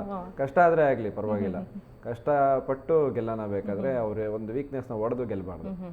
ಅದನ್ನ ರಘು ಸರ್ಗೂ ಹೇಳಿದೆ ನಾನು ಯಾವತ್ತೂ ನಿಮ್ಮ ಬಲಗಲ್ ಹಿಡಿಯಲ್ಲ ಸರ್, ತಲೆನೇ ಕೆಡಿಸ್ಕೊಂಬಿಡಿ, ಅದು ಮುಟ್ಟಕ್ಕೆ ಅದು ತಂಟೆಗೆ ಹೋಗಲ್ಲ ನಾನು ಅಂತ. ಆ ಟಾಸ್ಕಲ್ಲೂ ಅಷ್ಟೇ ನಾನು ಅವ್ರ ಕಾಲನ್ನ ಮುಟ್ಟಕ್ಕೆ ಹೋಗ್ಲಿಲ್ಲ. ಅಂದ್ರೆ ನಮಗೂ ಸ್ವಲ್ಪ ಭಯ ಆಯ್ತಲ್ಲಿ. ಮಣ್ಣೆಲ್ಲ ಮುಗಿಸಿ ಬಂದು ಬಜಾರ್ ಆಗುತ್ತೆ, ಒಂದು 5 ಮಿನಿಟ್ಸ್ ಇರುತ್ತೆ, ಇನ್ನು 5 ಮಿನಿಟ್ಸಲ್ಲಿ ಅದನ್ನ ಓಲ್ಡ್ ಮಾಡಬೇಕು ಅಂತ. ಅವ್ರೇನು ಓಡ್ ಬರ್ತಾವ್ರೆ, ನನಗೂ ಸ್ವಲ್ಪ ಲೈಟಾಗಿ ಝಲ್ಕ್ ಅನಿಸ್ತು. ಆದರೂ ನನ್ನ ಪ್ರಯತ್ನ ನಾನು ಮಾಡಿದೆ, ಅಲ್ಲಿ ಸಕ್ಸೀಡ್ ಆಯಿತು. ಬಟ್ ಈಸ್ ವೆರಿ ಸ್ಟ್ರಾಂಗ್, ತುಂಬ ಚೆನ್ನಾಗಿ ಅವರು ಸೂಪರಾಗಿ ಆಡೋರು ಟಾಸ್ಕು. ನಾನು ಇರಲಿಲ್ಲ ಅಂದರೆ 100% ಟಾಸ್ಕ್ ಮಾಸ್ಟರ್ ಅವ್ರಿಗೆ ಬಂದ. ಅವ್ರು ಇರ್ತಾ ಇದ್ರು. ಓಕೆ, ಇನ್ನು ನೀವು ಮತ್ತು ಅಭಿ ಅಂತ ಬಂದಾಗ ನಿಮ್ಮಿಬ್ಬರಿಗೂ ಒಂದಷ್ಟು ಟೈಮಲ್ಲಿ ಆಪೋನೆಂಟ್ ಇದ್ರಿ ನೀವು. ಇವಾಗ ಯಾರಿಗಾದ್ರೂ ನೋಡುವಾಗ ಏನು ಅನ್ಸುತ್ತೆ ಅಂದರೆ ನೀವಿಬ್ಬರು ಒಂದು ಸಮಬಲರ ಥರ ಅನ್ಸುತ್ತೆ, ಅಂದರೆ ಇಬ್ಬರು ಈಕ್ವಲ್ ಇರೋ ಥರ ಅಂತ. ಆ್ಯಂಡ್ ಇಬ್ಬರು ತುಂಬ ಕ್ಲೋಸ್ ಫ್ರೆಂಡ್ಸ್ ಬೇರೆ. ಅವ್ರನ್ನ ಅಂದರೆ ಆ ಟಾಸ್ಕ್ನಲ್ಲಿ ಅವ್ರನ್ನ ಎದುರಾಳಿ ಅಂತ ನೋಡಿದ್ದು ಯಾವ ಥರ ಇತ್ತು ನಿಮಗೆ? ನನಗೆ ನನ್ನ ಬಿಟ್ಟರೆ ನನಗೆ ಸ್ಟ್ರಾಂಗ್ ಅನ್ಸಿದ್ದು ಅಭಿನ ಟಾಸ್ಕಲ್ಲಿ. ಸೆಕೆಂಡ್ ವೀಕಲ್ಲಿ ನನಗೂ ಅವನಿಗೂ ಒಂದು ಟಾಸ್ಕ್ ಬರುತ್ತೆ, ಸೆಕೆಂಡ್ ವೀಕಲ್ಲೇ ಬರುತ್ತೆ. ಅವ್ನು ಹಿಡಿಯೋಷ್ಟರಲ್ಲಿ ನಾನು ಬಾಧೆ ಬಿದ್ದಿದ್ದು ಇನ್ನು ಯಾರಿಗೂ ಬೇಡಪ್ಪ. 10 ನಿಮಿಷ 10 ನಿಮಿಷ ಯಾವಾಗಪ್ಪ ಆಗುತ್ತೆ ದೇವ್ರ 10 ನಿಮಿಷಗಳು ಕುತ್ಕೊಳ್ಳೋ ಅಂದ್ರೆ ಏನು ಅಲ್ಲಿಂದ ಇಲ್ಲಿ ಹೇಳ್ಕೊಳತಾನೆ, ಇಲ್ಲಿಂದ ಅಲ್ಲಿ ಹೇಳ್ಕೊಳತಾನೆ. ಅಲ್ಲಿ ನಾನೇ ಗೆದ್ದಿರ್ಬೋದು, ಬಟ್ ಅವ್ನ ಪ್ರಯತ್ನ ಇತ್ತಲ್ಲ ಅಲ್ಲಿ. ಅವ್ನು ಹಿಡಿಯೋಷ್ಟು ಕಷ್ಟ ಬಿದ್ದೆ, ಅವನು ಕಷ್ಟ ಬಿದ್ದ ನಾನು ಹೇಳ್ಕೊಳೋ ಅಷ್ಟರಲ್ಲಿ. ಬಟ್ ನನಗೆ ನನ್ನ ಬಿಟ್ಟರೆ ನೆಕ್ಸ್ಟ್ ಸ್ಟ್ರಾಂಗ್ ಅಂತ ಅನ್ಸದೆ ಅಭಿ. ಅದಾದ್ಮೇಲೆ ಯಾಕೋ ಸ್ವಲ್ಪ ವೀಕ್ ಆಗ್ಬಿಟ್ಟ, ಅದು ಯಾಕೆ ಅಂತ ಗೊತ್ತಿಲ್ಲ. ಆಚೆ ಬಂದು ಇವಾಗ ಸೂಪರಾಗಿ ಆಗೋನೆ ನೋಡಿದೆ. ಓಕೆ, ಇನ್ನು ಕಿಚ್ಚನ ಚಪ್ಪಾಳೆ ಯೂಶ್ವಲಿ ಹೆಂಗಂದರೆ ಆ ವಾರದಲ್ಲಿ ಹೇಗೆ ಪರ್ಫಾರ್ಮ್ ಮಾಡಿರ್ತಾರೆ ಈ ಥರದ್ರ ಮೇಲೆ ಹೋಗುತ್ತೆ. ನೀವು ಆಲ್ರೆಡಿ ಟಾಸ್ಕ್ ಮಾಸ್ಟರ್ ಅಂತ ಅಂದರೆ ಟಾಸ್ಕ್ ಎಲ್ಲ ಚೆನ್ನಾಗಿ ಆಡ್ತೀರ ಅನ್ನೋದಿತ್ತು. ಬಟ್ ನಿಮಗೆ ಕಿಚ್ಚನ ಚಪ್ಪಾಳೆ ಸಿಕ್ಕಿದ್ದು ನಿಮ್ಮ ಪರ್ಸ್ನಾಲಿಟಿಗೆ. ಅಂದರೆ ನೀವು ಟಾಸ್ಕ್ ಅಷ್ಟು ಚೆನ್ನಾಗಿ ಆಡಿ ನಿಮಗೆ ಟಾಸ್ಕ್ನ ಕನ್ಸಿಡರ್ ಇಟ್ಕೊಳ್ಳಿಲ್ಲ ಅವರು, ಆದರೆ ನೀವು ಒಂದು ಲೆಟರ್ನ ಬಿಟ್ಕೊಡ್ತೀರ ಅದನ್ನೆಲ್ಲೂ ಹೇಳ್ಕೊಂಡಿಲ್ಲ ಅನ್ನೋದು ಆ ಒಂದು ಕ್ಷಣ ಹೇಗಿತ್ತು? ಅಂದರೆ ಅವರು ನಿಮ್ಮ ಪರ್ಸ್ನಾಲಿಟಿಗೆ ಕಿಚ್ಚನ ಚಪ್ಪಾಳೆ ಕೊಟ್ಟಿದ್ದು. ಅಂದರೆ ನಾನು ಆ ವೀಕ್ ಇದೆಯಲ್ಲ, ಎಸ್ಪೆಷಲಿ ಆ ವೀಕ್ನ ಸ್ಟಾರ್ಟ್ ಮಾಡಿದ್ದೆ ಹೆಂಗೆ ಸುದೀಪ್ ಸರ್ ಅಂದರೆ ಎಲ್ಲರೂ ನಾಮಿನೇಟ್ ಮಾಡ್ತೀನಿ. ನಾನು ಕ್ಯಾಪ್ಟನ್ ಆಗಿರ್ತೀನಿ ಅವಾಗ, ಎಲ್ಲರೂ ನಾಮಿನೇಟ್ ಮಾಡ್ತಾ ಇದ್ದೀನಿ. ಧನುಷ್ ಬ್ಯಾಡ್ ಲಕ್, ನೀನು ಕ್ಯಾಪ್ಟನ್ ಆಗಿರೋ ನೀನು ನಾಮಿನೇಟ್ ಆಗಿರ್ತೀಯ ಅಂತಂದು ಏನೋ ಟಾಸ್ಕು ಅದು ಇದು ಅಂತೆಲ್ಲ ಮಾತಾಡ್ತಾರಲ್ಲ. ಆ ವೀಕಲ್ಲಿ ನಿಮ್ಗೆ ಟಾಸ್ಕೇ ಇಲ್ಲ, ನಿಮ್ಮ ವ್ಯಕ್ತಿತ್ವನ ತೋರಿಸ್ಬಿಟ್ಟು ಅದು ಹೆಂಗೆ ಆಡ್ತೀರಾ ಆಡ್ರಿ, ಆಮೇಲೆ ನೋಡೋಣ ಅಂತಂತಾರೆ. ಆ ವಾರ ನನಗೆ ಆ ಕಿಚ್ಚನ ಚಪ್ಪಾಳೆ ಸಿಕ್ಕಿದ್ದು ಸಖತ್ ಖುಷಿ ಆಯಿತು. ಯಾಕಂದರೆ ಈ ಗೇಮೇ ವ್ಯಕ್ತಿತ್ವದ ಗೇಮ್ ಅಂತ ಅಂತೀವಿ ನಾವು, ಆಟ ಬಿಗ್ ಬಾಸ್ ಶೋ ಅಂಥ ಶೋ. ಅಂಥ ವಾರದಲ್ಲಿ ಏನು ಟಾಸ್ಕ್ ಇಲ್ಲದಿರೋ ಅಂಥ ವಾರದಲ್ಲಿ ಒಂದು ವ್ಯಕ್ತಿತ್ವನ ನೋಡಿ, ಒಂದು ಪರ್ಸ್ನಾಲಿಟಿನ ನೋಡಿ ಒಂದು ಕಿಚ್ಚನ ಚಪ್ಪಾಳೆ ಸಿಗುತ್ತೆ ಅಂತಂದರೆ ಅಲ್ಲೇ ಗೆದ್ದುಬಿಟ್ಟೆ ನಾನು. ಅದಾದಮೇಲೆ ಲಾಸ್ಟಲ್ಲಿ ಒಂದು ಲೆಟ್ರ್ ಕಳಿಸ್ತಾರೆ ಸುದೀಪ್ ಸರ್ ಎಲ್ರಿಗೂ, ಯಾರು 6 ಜನ ಇದ್ರು 6 ಜನಕ್ಕೆ. ಅದರಲ್ಲೂ ಸುದೀಪ್ ಸರ್ ಬರೆದಿರ್ತಾರೆ, ನಿನ್ನ ಕ್ಯಾರೆಕ್ಟರ್ ಮತ್ತು ಪರ್ಸ್ನಾಲಿಟಿ ಎಂದೆಂದಿಗೂ ಹೀಗೆ ಇರಲಿ ಅಂತ. ನಾನು ಅಲ್ಲೇ ಗೆದ್ದಿದ್ದೀನಿ. ಇನ್ನು ಕಪ್ಪು ನನ್ನ ಕೈಗೆ ಬರಬೇಕು ಅಂತೇನಿಲ್ಲ, ಅಲ್ಲೇ ಗೆದ್ದಿದ್ದೀನಿ ಆಲ್ರೆಡಿ ನಾನು. ಅದು ಬಿಟ್ಟು ಆ ಶೋ ಯಾಕೆ ಗೆದ್ದಿಲ್ಲ ಅಂತಂದರೆ ಅದಾದಮೇಲೆ ಇನ್ನೊಂದು 2 ಲೈನ್ ಬರೆದಿದ್ದು, ಮಾತಾಡೋ ಜಾಗದಲ್ಲಿ ಮಾತಾಡಬೇಕು, ಆಡೋ ಜಾಗದಲ್ಲಿ ಆಡಬೇಕು ಅಂತ. ಅದಕ್ಕೆ ಗೆದ್ದಿಲ್ವೇನು ಅಷ್ಟೇ. ಓಕೆ, ಇನ್ನು ಪ್ರತಿ ಸೀಸನಲ್ಲೂ ಸುದೀಪ್ ಸರು ಕಂಟೆಸ್ಟೆಂಟ್ಗಳಿಗೆ ಏನಾದರೂ ಗಿಫ್ಟ್ ಕಳಿಸ್ತಾ ಇರ್ತಾರೆ ಮನೆ ಒಳಗೆ ಫುಡ್ ಜೊತೆಗೆ. ಇವಾಗ 10th ಸೀಸನಲ್ಲೂ ಅಷ್ಟೇ ಅವ್ರದ್ದು ಅಂದರೆ ಅವ್ರೇನು ವೀಕೆಂಡಲ್ಲಿ ಹಾಕಿರ್ತಾರೆ ಆ ಕಾಸ್ಟ್ಯೂಮ್ನ ಕಂಟೆಸ್ಟೆಂಟ್ಗಳಿಗೆ ಕಳಿಸಿದ್ರು. ಆಮೇಲೆ ಹುಡುಗಿಯರು ನಮಗೇನು ಸಿಕ್ಕಿಲ್ಲ ಅಂದಿದ್ದಕ್ಕೆ ಅವ್ರಿಗೆ ಒಂದಷ್ಟು ಗಿಫ್ಟ್ಗಳು ಕಳಿಸಿದ್ರು. ಲಾಸ್ಟ್ ಟೈಮೂ ಒಂದಿಬ್ರಿಗೆ ಜಾಕೆಟ್ಸ್ ಎಲ್ಲ ಕಳಿಸಿದ್ರು. ಬಹುಶಃ ಇದೇ ಸೀಸನ್ ಅನಿಸುತ್ತೆ ಸರ್ ಯಾರಿಗೂ ಏನೂ ಗಿಫ್ಟ್ ಕೊಟ್ಟಿರಲಿಲ್ಲ. ಬಟ್ ನೀವು ಸ್ಟೇಜ್ ಮೇಲೆ ಅವರಿಗೆ ಜಾಕೆಟ್ ಕೇಳ್ತೀರಿ, ಆ ಜಾಕೆಟ್ ನಿಮಗೆ ಕೊಡ್ತಾರೆ. ನಿಮಗೆ ಏನಕ್ಕೆ ಅನ್ನಿಸ್ತು ಆ ಜಾಕೆಟ್ ಸರ್ ಹತ್ರ ಕೇಳಬೇಕು ಅಂತ? ನಾನು ಕಾಯ್ತಾ ಇದ್ದೆ, ಇವಾಗ ಜಾಕೆಟ್ ಹಾಕೊಂಡ್ಬರ್ತಾರೆ ಎವ್ರಿ ವೀಕ್ ಕಾಯ್ತಾ ಇದ್ದೆ ಕೇಳಬೇಕು ಅಂತ. ಲಾಸ್ಟ್ ಒಂದು 2-3 ವೀಕ್ಸ್ ಜಾಕೆಟ್ ಹಾಕೊಂಬಂದಿಲ್ಲ. ಲಾಸ್ಟ್ ಫಿನಾಲೆ ದಿವಸ ಹಾಕೋಬೋದ್ರು, ಒಳಗಡೆ ಇರ್ಬೇಕನ್ನೇ ಕೇಳೋಣ ಅಂದ್ಕೊಂಡೆ. ಆದರೆ ಫಸ್ಟೇ ವೀಕ್ ಆಗಿದ್ದೆ ನಾನಲ್ಲ. ಆಚೆ ಬಂದೆ, ಸ್ಟೇಜ್ ಮೇಲೆ ನಿಂತ್ಕೊಂಡೆ, ಕೇಳಬೇಕು ಅಂತ ಅನ್ನಿಸ್ತು. ಕೇಳಿದ ತಕ್ಷಣ ಆಯ್ತು ಕೊಡ್ತೀನಿ ಅಂತ, ಒಂದು ಮಾತು ಯೋಚನೆ ಮಾಡಿಲ್ಲ ಅವರು, ಕೊಡ್ತೀನಿ ಅಂತಂದ್ರು. ಸಖತ್ ಖುಷಿ ಆಯಿತು. ಇವಾಗೂ ಮೇಲೆ ಇದೆ ಜಾಕೆಟ್. ಅದೇ ನಿಮ್ದು ರ್ಯಾಲಿ ವಿಡಿಯೋಸ್ ಎಲ್ಲ ನೋಡ್ತಿದ್ದೆ, ಆಕ್ಚುಲಿ ನಿಮಗೂ ತುಂಬಾ ಚೆನ್ನಾಗಿ ಕಾಣಿಸ್ತಾ ಇದೆ ಅದು. ಅದು ಸುದೀಪ್ ಸರ್ ಹೇಳಿದ್ರು, ನಿನಗೆ ಚೆನ್ನಾಗಿ ಕಾಣಿಸ್ತಾ ಇದೆ, ಇನ್ನ ಖುಷಿ ಆಗುತ್ತೆ. ಅಂತ ವ್ಯಕ್ತಿ ಅಂತ ಅವರು ನಮ್ಮ ಹತ್ರ ಮಾತಾಡೋದೇ ನಾವು ಎಕ್ಸ್ಪೆಕ್ಟ್ ಮಾಡ್ತಾ ಇರ್ತೀವಿ. ಅವ್ರು ನಮ್ಗೆ ಅಂತ ಮಾತು ಹೇಳಿದಾಗ ತುಂಬ ಅಂದರೆ ತುಂಬ ಖುಷಿ ಆಯಿತು. ಅದನ್ನ ಹೇಳ್ಕೊಳಕ್ಕಾಗಲ್ಲ. I felt very good. Okay, ಮನೆಯಲ್ಲಿ ಯಾವುದಾದ್ರೂ ಒಂದು ವಿಚಾರ ಬಂದಾಗ ತುಂಬ ಕ್ಲಾರಿಟಿಯಿಂದ ತುಂಬ ಯೋಚನೆ ಮಾಡಿ ಮಾತಾಡ್ತಾ ಇದ್ದಿದ್ದು ಯಾರು ಅಂದರೆ ಎಲ್ಲರೂ ಬಾಯಲ್ಲೂ ಫಸ್ಟ್ ಬರ್ತಾ ಇದ್ದಿದ್ದು ಧನುಷ್ ಅನ್ನೋ ಹೆಸರು. ಅದನ್ನು ಸಾಕಷ್ಟು ಸಲ ಕಂಟೆಸ್ಟೆಂಟ್ಗಳು ಹೇಳಿದ್ದಾರೆ ಕೂಡ, ಧನು ಅಂದರೆ ಏನೇನೋ ಮಾತಾಡ್ಬಿಡಲ್ಲ, ಯೋಚನೆ ಮಾಡಿ ಮಾತಾಡ್ತಾರೆ ಅಂತ. ಅಂಥ ಧನುಗೇನೆ ಕನ್ಫ್ಯೂಸ್ ಆಗಿದ್ದು ವೀಕ್ ಯಾವುದು ಅಂತಂದರೆ ಲಾಸ್ಟ್ ಕ್ಯಾಪ್ಟನ್ಸಿ ವೀಕ್ ಏನಿರುತ್ತೆ, ಕ್ಯಾಪ್ಟನ್ ಆಗುವಂಥ ವೀಕು. ಅದರಲ್ಲಿ ಸ್ವಲ್ಪ ರಾಶಿಕಾ ಅವ್ರು ಮಾಡಿದ್ದಂಥ ಒಂದು ಉಸ್ತುವಾರಿಲಿ ಸ್ವಲ್ಪ ಹೆಚ್ಚು ಕಡಿಮೆ ಆಗುತ್ತೆ. ನಿಮಗೂ ಅದು ಗೊತ್ತಾಗೋದಿಲ್ಲ, ಅವರಿಗೂ ಗೊತ್ತಾಗೋದಿಲ್ಲ. ಅಲ್ಲೊಂದು ದೊಡ್ಡ ಮಿಸ್ಟೇಕ್ ನಡೆದೋಗ್ಬಿಡುತ್ತೆ. ಅದಾದಮೇಲೆ ಮನೆಯವರೆಲ್ಲರೂ ನಿಮಗೆ ಓಟ್ ಹಾಕ್ತಾರೆ. ಆದರೆ ಅಶ್ವಿನಿ ಅವ್ರು ಬಂದು ನಿಮಗೆ ಮನಸ್ಸಾಕ್ಷಿ ಮಾತಾಡ್ಬಿಡ್ತಾರೆ. ಅಂದರೆ ನಿಮಗೆ ಮನಸ್ಸಾಕ್ಷಿ ಇದ್ದರೆ ನೀವು ಒಪ್ಕೊಳ್ಳಿ, ಅಂದರೆ ನಿಮ್ಮ ಮನಸ್ಸಾಕ್ಷಿ ನೀವು ಕೇಳ್ಕೊಳ್ಳಿ ಅಂತ ಹೇಳಿ. ಆ ಸಿಚುವೇಶನ್ ಹೇಗಿತ್ತು ಅಂತ, ಯಾಕಂದರೆ ಇಡೀ ಮನೆಯವರು ನಿಮಗೆ ಸಪೋರ್ಟ್ ಮಾಡ್ತಾ ಇದ್ದಾರೆ, ಅಶ್ವಿನಿ ಅವರ ಮಾತು ಹೇಳಿಬಿಡ್ತಾರೆ, ನಿಮಗೆ ಒಂಥರ ಕನ್ಫ್ಯೂಸ್ ಆಗಿಬಿಡುತ್ತೆ. ಅಂದರೆ ಅವ್ರು ಹೇಳ್ತಿರೋದು ನಾನು ನಂಬೇಕಾ, ಇಲ್ಲ ಅದನ್ನು ಒಪ್ಕೊಬೇಕಾ, ಇಲ್ಲ ಸುದೀಪ್ ಸರ್ ಬರೋರ್ಗೂ ವೆಯ್ಟ್ ಮಾಡಬೇಕಾ ಅನ್ನೋದು ಒಂದು ಕನ್ಫ್ಯೂಷನ್ ಆಗಿಬಿಡುತ್ತೆ. ಆ ವೀಕ್ ಹೇಗಿತ್ತು ಅಂತ?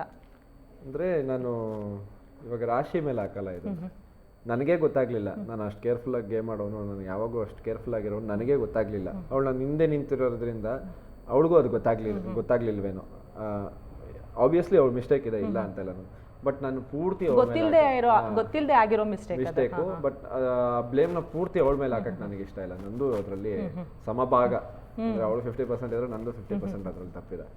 ಅದಾದ್ಮೇಲೆ ಅವ್ರು ಅಶ್ವಿನಿ ಮೇಡಮ್ ಹೇಳಿದ್ದು ತಪ್ಪು ಅಂತ ನನಗೆ ಅನಿಸ್ಲಿಲ್ಲ. ಯಾಕಂದ್ರೆ ಆ ಪೊಸಿಷನಲ್ಲಿ ನಿಂತ್ಕೊಂಡು ನಾನು ಆ ಪೊಸಿಷನಲ್ಲಿ ಇದ್ದರೆ ನನಗೂ ಆ ಥರ ಅನ್ಸಿರೋದಲ್ಲ. ನಾನೇನು ತಪ್ಪು ಮಾಡಿದೆ ಗುರು, ನೀನು ಮಾಡಿದ್ಯಾ ತಪ್ಪು, ಗೊತ್ತಿದ್ದು ಮಾಡ್ದೋ ಗೊತ್ತಿಲ್ಲದೆ ಮಾಡ್ದೋ, ನೀನು ಗೊತ್ತಿಲ್ಲದೆ ಹೋಗಿ ಆಕ್ಸಿಡೆಂಟ್ ಮಾಡಿದ್ರು ನಿನ್ನ ಜೈಲಿಗೆ ಹಾಕ್ತಾರೆ. ಆ ಥರ ನೀನು ಗೊತ್ತಿಲ್ಲದೆ ಇವಾಗ ತಪ್ಪು ಮಾಡಿದ್ಯಾ, ಅದರಲ್ಲೂ ನೀನು ಈ ಥರ ಅಕ್ಸೆಪ್ಟ್ ಮಾಡ್ತಿದ್ಯಲ್ಲ, ನೀನು ಆ ಥರ ಅದು ಬಿಟ್ಕೊಡ್ತಾ ಇಲ್ವಲ್ಲ ಅಂತ. ಆ ಥರ ಬಿಟ್ಕೊಡ್ಬಾರ್ದು ಅಂತ ತಾನೇ ನನ್ನ ಮೈಂಡ್ ಸೆಟ್ ಏನು ಅಂದರೆ, ಅದು ತಪ್ಪು, ಓಕೆ, ಅದು ಬಿಟ್ಕೊಡ್ಬೇಕು ಅಂತಿದ್ರೆ ಬಿಗ್ ಬಾಸ್ ಹೇಳಿರೋರು, ಇದು ಆಪೋಸಿಟ್ ಅವರು. ಯಾಕಂದ್ರೆ ಅದು ಹಿಂದಿನ ಟಾಸ್ಕ್ಗೆ ಅವರು ತಪ್ಪು ಮಾಡ್ಬಿಟ್ಟು ಬೆಲ್ ಹೊಡೆದ್ರೆ ಆಪೋಸಿಟ್ ಅವ್ರ ಟೀಮ್ ಅವ್ರು ಗೆಲ್ತಾರೆ ಅಂತ ಬರ್ದಿತ್ತು. ಆ ಥರ ಇದ್ದಿದ್ರೆ ಇದರಲ್ಲೂ ಹಂಗೆ ಬರ್ದಿರೋರು. ಮತ್ತೆ ನೀವು ಮನೆ ಹೋಲಿಸಿ ಅಂತ ಒಂದು ಚಾನ್ಸ್ ಕೊಡ್ತಾರಲ್ಲ, ನನಗೆ ಆ ಚಾನ್ಸ್ ಕೊಟ್ಟಿದ್ದಾರೆ ಅಂದಮೇಲೆ ಆ ಚಾನ್ಸ್ನ ಯೂಸ್ ಮಾಡ್ಕೊಬೇಕು ಅಂತ ಅನ್ನಿಸ್ತು. ಅದಾದ್ಮೇಲೆ ಅವ್ರು ಮಾತಾಡಿದ್ದು ಸ್ವಲ್ಪ ಬೇಜಾರಾಯ್ತು. ಅದ್ರ ಬಗ್ಗೆನೇ ಒಂದು ಸ್ವಲ್ಪ 2 ದಿನ ಯೋಚನೆ ಮಾಡಿ ಕನ್ಸೆಲ್ಲ ಬಂದು ಎಲ್ಲ ಏನೇನು ಆಗಿತ್ತು. ಯಾಕಂದ್ರೆ ನನಗೆ ಆ ಥರ ಹೆಸರು ತಗೊಂಡು ಹೋಗಕ್ಕೆ ನನಗೆ ಇಷ್ಟ ಇಲ್ಲ. ಬೇಕಾದ್ರೆ ಕ್ಯಾಪ್ಟನ್ಸಿನೇ ಬಿಟ್ಬಿಡ್ತೀನಿ ನಾನು. ಅದೇ ಎಷ್ಟೋ ಅಲ್ಲಿ ಇರ್ಬೇಕಾದ್ರೆ ಕಂಟೆಸ್ಟೆಂಟ್ ಹತ್ರ ಹೇಳ್ತಾ ಇದ್ದೆ, ಸೋತ್ಬಿಟ್ಟಿದ್ರೆ ಚೆನ್ನಾಗಿರೋದು, 2 ನಿಮಿಷ ಬೇಜಾರಾಗ್ಬಿಟ್ಟು ಸುಮ್ಮನೆ ಆಗ್ಬಿಡ್ತಾ ಇದ್ದೆ, ಇಂಥ ಸಿಚುವೇಶನ್ ಬಂದು ಗೆಲ್ಲಬಾರ್ದು ನಾನು ಅಂತ. ಆಮೇಲೆ ಸುದೀಪ್ ಸರ್ ಬಂದು ಹೇಳಿದಾಗ, ಅದು ಒಂದು ಸಿನಿಮಾದಲ್ಲಿ ಇವಾಗ ಒಬ್ರನ್ನ ಹೀರೋನ ಇಂಟ್ರೊಡಕ್ಷನ್ ಮಾಡ್ಬೇಕಂದ್ರೆ ಬ್ಯಾಕ್ಗ್ರೌಂಡಲ್ಲಿ ಒಂದು ವಾಯ್ಸ್ ಬರ್ತಾ ಇರುತ್ತೆ ಗೊತ್ತಾ, ಅವರು ಇವರು ಹಂಗೆ ಹಿಂಗೆ ಅಂತ.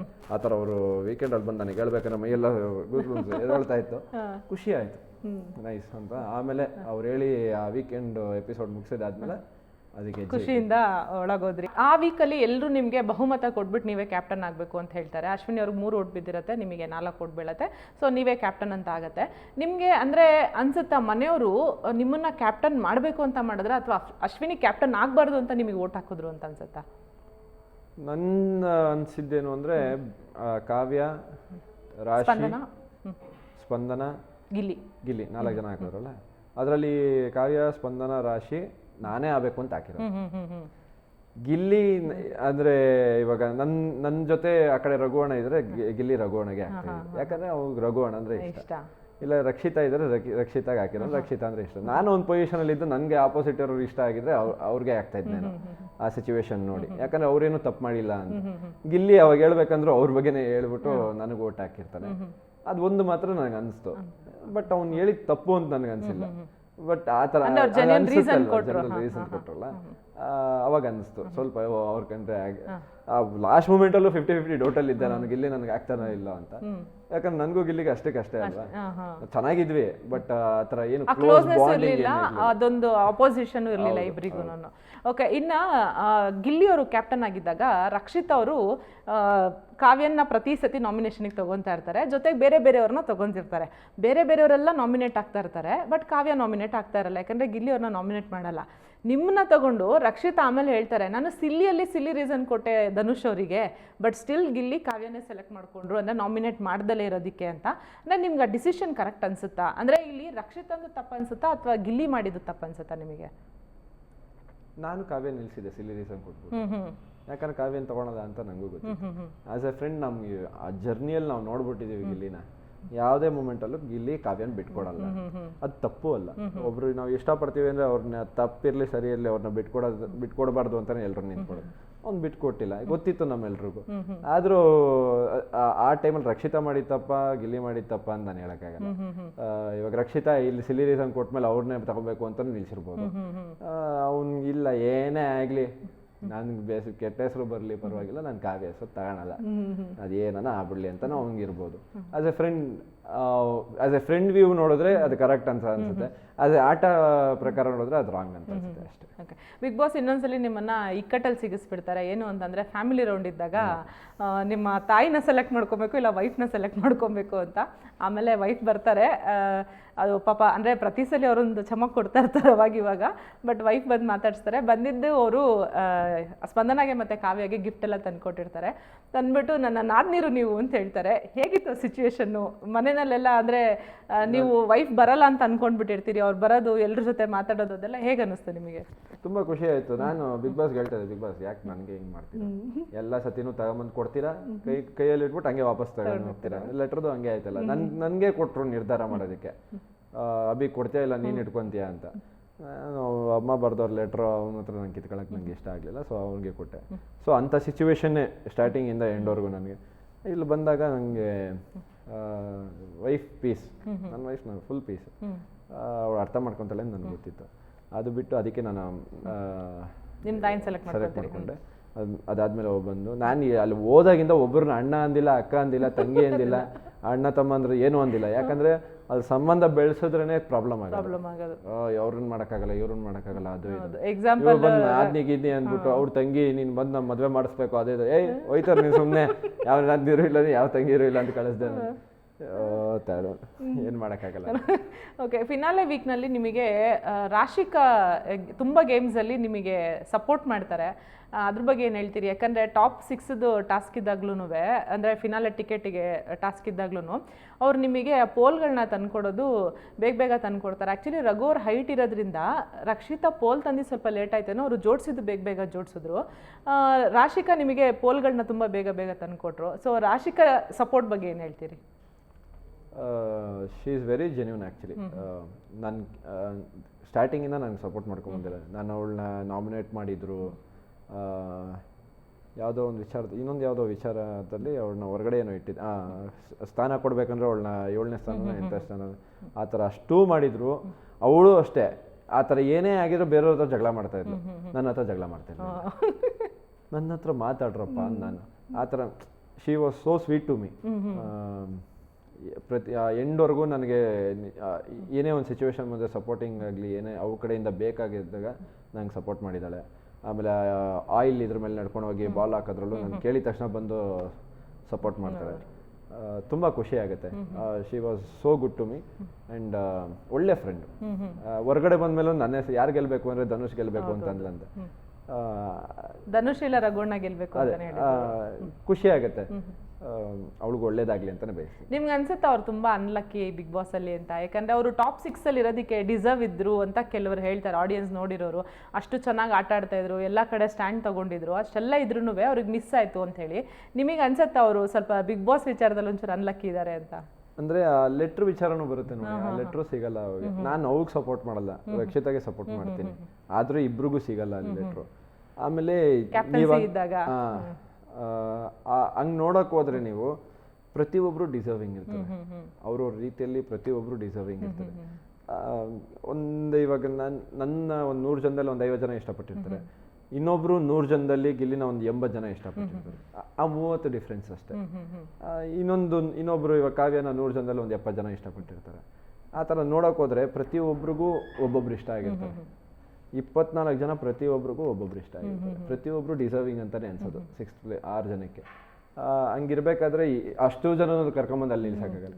ಆಮೇಲೆ ನನ್ನನ್ನು ಇಷ್ಟಪಡೋರು ನಾನೇ ಗೆಲ್ಲಬೇಕು ಅಂತಾನೆ ಅಂದ್ಕೊಂಡಿರ್ತಾರೆ. ಇವಾಗ ನನ್ನೇ ಗೆಲ್ಸಕ್ಕಾಗಲ್ಲ, ಯಾರೋ ಒಬ್ರಿಗೆ ಕೊಡಬೇಕು, ಯಾರೋ ಒಬ್ರಿಗೆ ಹೋಗ್ಬೇಕು, ಏನು ಮಾಡೋಕ್ಕಾಗ. ಆದರೆ ಅನ್ಲಕ್ಕಿನೇ ಅವು ಇಡೀ ಜರ್ನಿ ನೋಡಿದ್ರೆ ಅವ್ಳಿಗೆ ಏನೂ ಸಿಗ್ತಾ ಇರಲಿಲ್ಲ. ಕ್ಯಾಪ್ಟನ್ಸಿ ಓಟಿಗೆ ಬರೋರು, ಆದರೆ ಅಲ್ಲಿಗೆ ಬರೋಕ್ಕಾಗ್ತಿರ್ಲಿಲ್ಲ. ಇದಕ್ಕೂ ಅಲ್ಲಿ ಓಟಿಗೆ ಕಳ್ಸೋಣ ಅಂದ್ರೂ ಆಗ್ತಾ ಇರಲಿಲ್ಲ. ಲೆಟ್ರು ಬಂದರೆ ಲೆಟ್ರೂ ಸಿಗ್ತಾ ಇರಲಿಲ್ಲ. ಆಟ ಅಂತ ಬಂದರೆ ಒಂದೊಂದು ಕಡೆ ಸೋಲು ನೋಡಿದ್ದೀವಿ. ಆ ಥರ ಕೇಳಕ್ಕೆ ಹೋದರೆ ಅಷ್ಟು ಜನದಲ್ಲಿ ಒಂದು ಸ್ವಲ್ಪ ಅನ್ಲಕ್ಕಿ ಅವಳಿಗೆ ಅಲ್ಲಿ ಈ ಬಿಗ್ ಬಾಸ್ ಮನೇಲಿ ಫೀಲ್ ಆಗಿದ್ದು ಅಂದರೆ ರಾಶಿಕಾನೆ. ಓಕೆ, ಇನ್ನು ಬಿಗ್ ಬಾಸ್ ಮನೆಯಲ್ಲಿ ಏನಾದ್ರು ಜಗಳ ನಡೀತಾ ಇತ್ತು ಅಂತಂದರೆ most of the time Dhanush ಅವರು ಜಗಳ ಬಿಡಿಸೋ ಜಾಗದಲ್ಲಿ ಇರ್ತಾಯಿದ್ರು. ಬಟ್ ಎಲ್ಲೋ 1-2 ಇನ್ಸಿಡೆಂಟಲ್ಲಿ ಅವರೇ ಜಗಳ ಆಡೋ ಜಾಗದಲ್ಲಿ ನಿಂತ್ಕೊಂಡಿದ್ರು. ಒಂದು ಡಾಗ್ ಸತೀಶ್ ಅವ್ರ ಜೊತೆಗೆ, ಇನ್ನೊಂದು ಧ್ರುವಂತ್ ಅವ್ರ ಜೊತೆಗೆ. ಡಾಗ್ ಸತೀಶ್ ಅವ್ರದ್ದು ಬಹುಶಃ ಜನಗಳೇ ಮರ್ತ್ಬಿಟ್ಟಿದ್ದಾರೆ ಅನ್ಸುತ್ತೆ, ತುಂಬ ದಿನ ಆಗ್ಬಿಟ್ಟಿದೆ. ಬಟ್ ಧ್ರುವಂತ್ ಅವ್ರದ್ದು ತುಂಬ ಇನ್ನು ಈ ನಡುವೆನೇ ನಡೆದಿರೋ ಥರ ಇದೆ ಅದು. ಹೇಗೆ ಧ್ರುವಂತ್ ಅವ್ರನ್ನ ಹೇಗೆ ಹ್ಯಾಂಡಲ್ ಮಾಡ್ಕೊಂಡ್ರಿ ನೀವು ಅಂತ? ಅಂದರೆ ಅವರು ಮಾತಿನ ಬರದಲ್ಲಿ ಏನೇನೋ ಹೇಳ್ಬಿಡ್ತಾರೆ, ಅದು ತುಂಬ ಒಂಥರ ಮನೆಯಲ್ಲಿ ಒಂಥರ ಅಶಾಂತಿ ಕ್ರಿಯೇಟ್ ಮಾಡಿಬಿಡುತ್ತೆ ಆ ಟೈಮಿಗೆ. ಆ್ಯಂಡ್ ನೀವು ಯಾವತ್ತೂ ಪೇಷನ್ಸ್ ಕಳ್ಕೊಂಡೇ ಇರೋರು ಅವತ್ತು ಪೇಷನ್ಸ್ ಕಳ್ಕೊಂಡ್ಬಿಡ್ತೀರಿ. ಅಂದರೆ ನಾನು ಯಾವತ್ತೂ ಧ್ರುವಂತ್ ಕೆಟ್ಟವನು ಅಂತ ನಾನು ಯಾವತ್ತೂ ಹೇಳಿಲ್ಲ. As A human being is very good. ನಾನು ನೋಡಿದ್ದೀನಲ್ಲ ಮನೆ ಒಳಗಡೆ, ವಿ ಕ್ಯಾನ್ ಬಿಲೀವ್ ಇಮ್. ಯಾವುದನ್ನ ಒಂದು ಟಾಸ್ಕ್ ಉಸ್ತುವಾರಿ ಏನಾದರೂ ಒಂದು ಅಂತ ಬಂದಾಗ we can believe him. But ಅದೆಲ್ಲ ಬಿಟ್ಟು ಇನ್ನೊಂದು ಸಿಚುವೇಶನ್ಸು ಅದು ಇದು ಅಂತ ಬಂದಾಗ ಅವ್ರ ತಪ್ಪು ಅಂದರೆ ಅವ್ರು ಒಪ್ಕೊಳ್ಳಲ್ಲ. ನಾನು ಈ ಸೀಸನ್ ಪೂರ್ತಿ ಇದು ಒಂದೇ ಹೇಳಿದ್ದೀನಿ, ನಿಮ್ಮ ತಪ್ಪು ಅಂತ ಹೇಳಿದಾಗ ಒಪ್ಕೊಳ್ಳಿ, ಸ್ವಲ್ಪ ಮೆತ್ತಗೆ ಮಾತಾಡಿ, ನನ್ನ ವಾಯ್ಸ್ ಇರೋದೇ ಹಿಂಗೆ ಅಂದರೆ ಅದೇ ನಿಮ್ಮ ವಾಯ್ಸ್ ಹಂಗಿರೋದ್ರಿಂದ ನೀವು ಹಂಗೆ ಮಾತಾಡಿದ್ರೆ ಆಪೋಸಿಟ್ ಇರೋರ್ಗೂ ಕೋಪ ಬರುತ್ತೆ, ಜಗಳ ಆಗುತ್ತೆ. ಆ ಪ್ರೋಸೆಸ್ಸಲ್ಲಿ ನನಗೂ ಅವರು ನಾನೇನೋ ಹೇಳಿದ್ರೆ ಅವ್ರು ಅದನ್ನೇನೋ ತಗೊಂಡು ಅವ್ರು ಅರ್ಥ ಮಾಡ್ಕೊಳ್ಳೋದು ಬೇರೆ ತಗೊಂಡಿರ್ತಾರೆ. ಅವ್ರು ಏನೋ ಅರ್ಥ ಮಾಡ್ಕೊಂಡು ಅವ್ರು ಏನೋ ಬೇರೆ ಕೆಟ್ಟ ಮಾತುಗಳೆಲ್ಲ ಯೂಸ್ ಮಾಡಿದರು, ಅದಕ್ಕೆ ನಂಗೆ ಕೋಪ ಬಂತು ಅಷ್ಟೇ.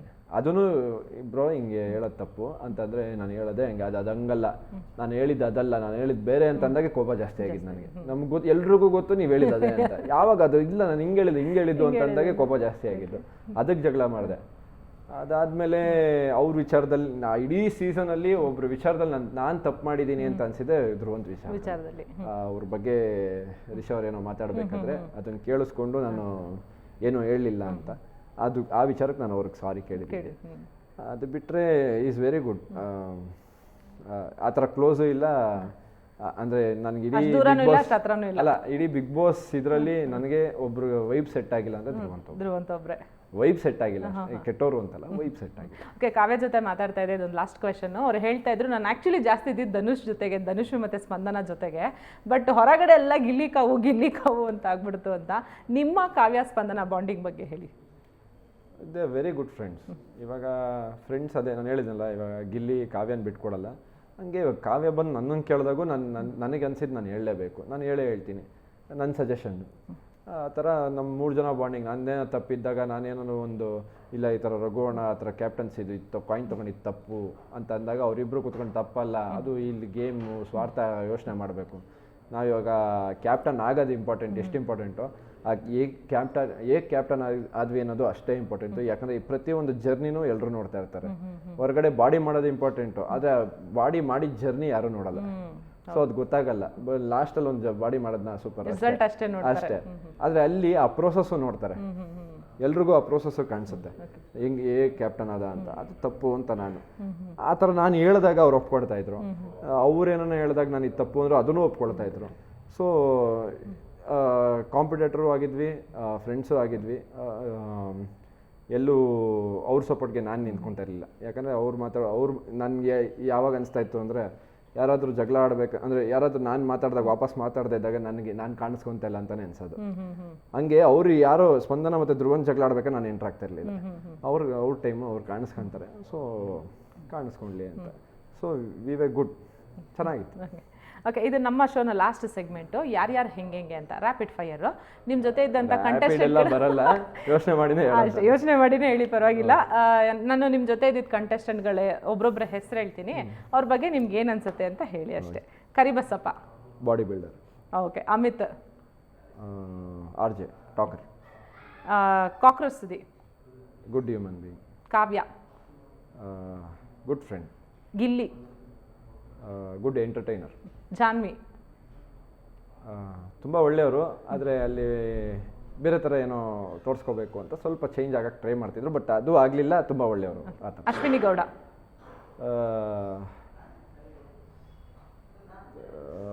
ಕೋಪಿಷ್ಟೇ, ಕೋಪ ಜಾಸ್ತಿ. Ashwini SN. Ashwini SN good supporter. Abhishek ಚಡ್ಡಿ ದೋಸ್ತ್. ಧ್ರುವಂತ್ ದೇವತಾ ಮನುಷ್ಯ. ಮಲ್ಲಮ್ಮ ಅದೇ ತುಂಬಾ ದೇವ್ರ ಪೂಜೆ ಮಾಡ್ತಾರೆ ಅಂತ ದೇವತಾ ಮನುಷ್ಯನ ಹೆಂಗೆ? Is very good. ನಾನು ಹೇಳ್ತಾ ಇಲ್ಲ, is very good bye art, but ಒಂದು ಸಿಚುವೇಶನ್ನು ಅದನ್ನ ತಗೊಳ್ತಾ ಇರೋ ರೀತಿ ತಪ್ಪಾಗಿತ್ತು ಅಷ್ಟೇ. ಅವರು ಅದನ್ನ ಯೋಚನೆ ಮಾಡಿದ ರೀತಿ ತಪ್ಪಾಗ್ತಾ ಇತ್ತು ಪ್ರತಿ ಸತಿ, ಬಟ್ ಈಸ್ ಗುಡ್. ಮಲ್ಲಮ್ಮ ದೇವ್ರು. ರಕ್ಷಿತಾ ಪಟಾಕಿ. ಮಂಜು ಭಾಷಿಣಿ ಅಮ್ಮ. Rashika very very good friend, very very good actor. Spandana best friend. Malu ಅವನಿಗೆ ವರ್ಡ್ಸೇ ಸಿಗ್ತಲ್ಲ ನನಗೆ. ಎಷ್ಟೊಂದು ಜನ ಕೇಳಿದ್ರು ಇದನ್ನ. ಉತ್ತರ ಕರ್ನಾಟಕ ದೋಸ್ತ. ಓಕೆ. ಸತೀಶ್ ಕ್ಯಾಡಬಮ್ಸ್. ಸಾವುಕಾರ. ಇನ್ನೇನು ಹೇಳಿ ನಾನು, ಅವ್ನಿಗೆ ಹೇಳ್ಕೊಂತವ್ರೆ ಅಂದ್ರೆ ಅದನ್ನ ಆಯ್ತಪ್ಪ ನಂಬ್ತೀನಿ ಬಿಡಪ್ಪ. ಹೌದು. ಚಂದ್ರಪ್ರಭಾ. ಚಂದ್ರಪ್ರಭಾ. ಮಗು. ರಘು. ಮಗು ಆಗಿದ ತಕ್ಷಣ ರಘು ಬಂತು. Raghu very strong man. Okay. Suraj. Suraj very good. Risha.